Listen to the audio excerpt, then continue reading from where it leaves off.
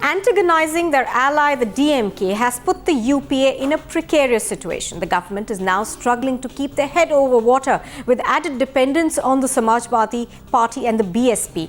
While Mulayam and Mayawati have decided to give outside support to the ruling coalition, giving it the necessary cushion, losing support of either party could plunge the UPA into a minority. Here's why the numbers are important. The DMK pulling the plug, the Congress trying to put up a brave front, saying that the UPA still is in the majority in Parliament. But they are standing on borrowed legs. They need the support of both Mulayam and Mayawati. It's not either or. It has to be both, and here's why. Take a look at the numbers. The DMK pulls out support. Mulayam and Maya, as per their commitment, continue to extend their support and vote along with the government.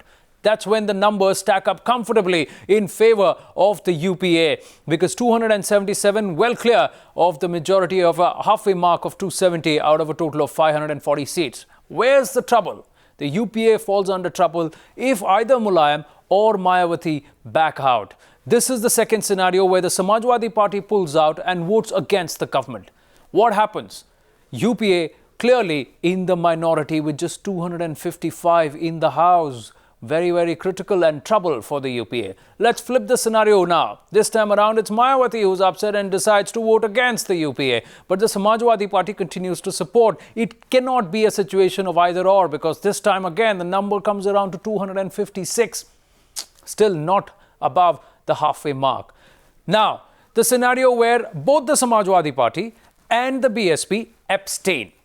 So possible abstention from both the Samajwadi Party and the BSP, what happens? The number falls down overall in terms of the majority to 497. Halfway mark is 249. But the UPA, because of the two critical parties, the outside support, without those two legs, they can't stand. 234. Trouble for the UPA. Let's now flip it. One of these parties, either or situation, one of them abstains. What happens? Scenario 5.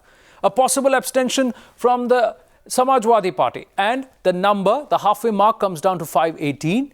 Now, total number of seats is 518. The halfway mark comes down to 259. But then, look at the UPA. They end up at 255, still 4 short. They need some support from the outside. Will they get it? We don't know. The VCK, that one important seat, they've also pulled out support. So if they go the DMK way, this is going to be very, very critical for the UPA.